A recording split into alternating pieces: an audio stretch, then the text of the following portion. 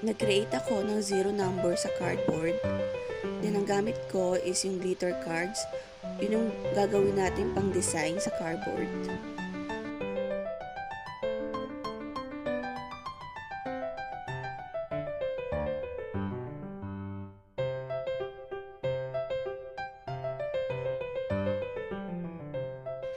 Gupitin natin yung mga excess para malinis tingnan sa cardboard.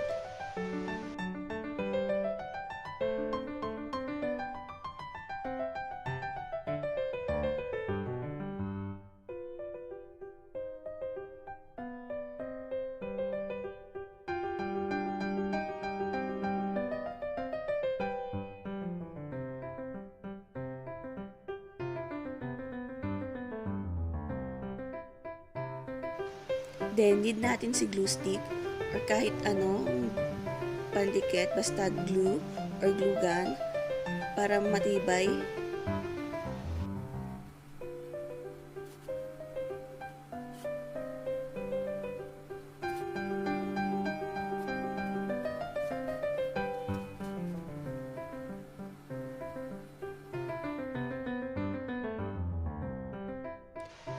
Dahan-dahan natin ilapat sa cardboard and make sure na bago natin gupitin yung mga excess is ayos siya and okay na okay para magandang tingnan later.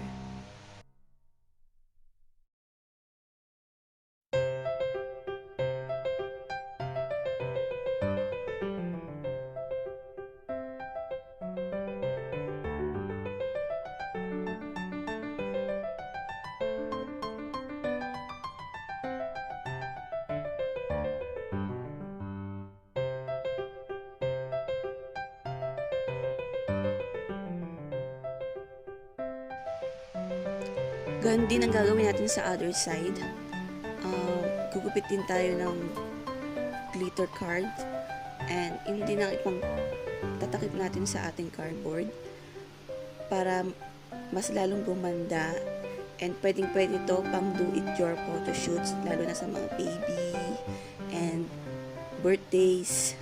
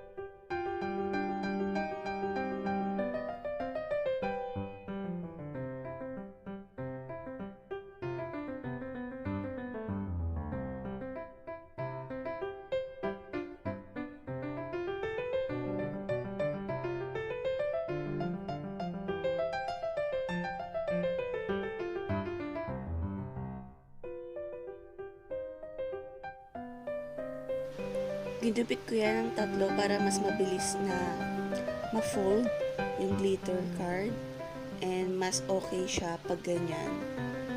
Hindi sayang yung papel.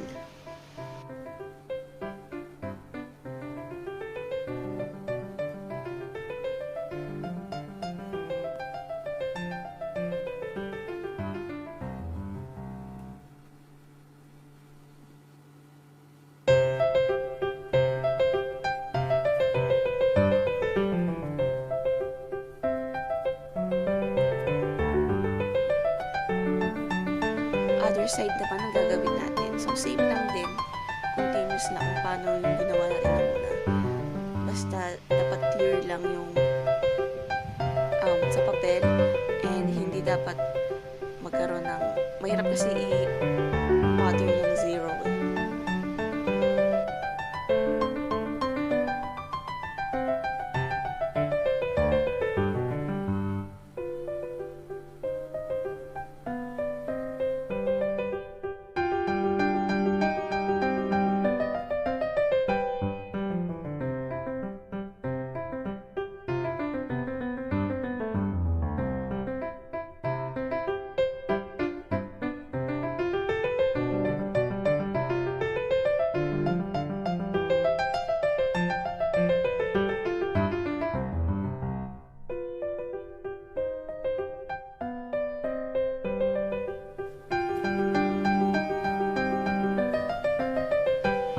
Ayan, other side na tayo. Then, after nyan, okay na.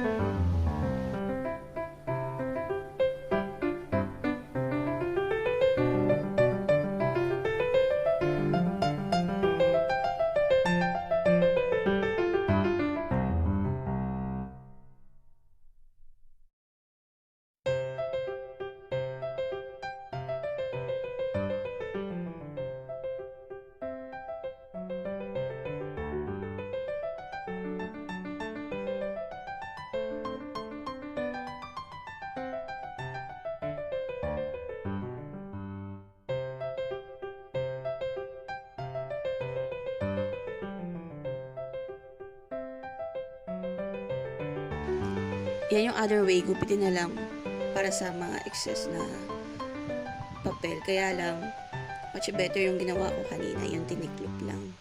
Mas malinis siyang tignan.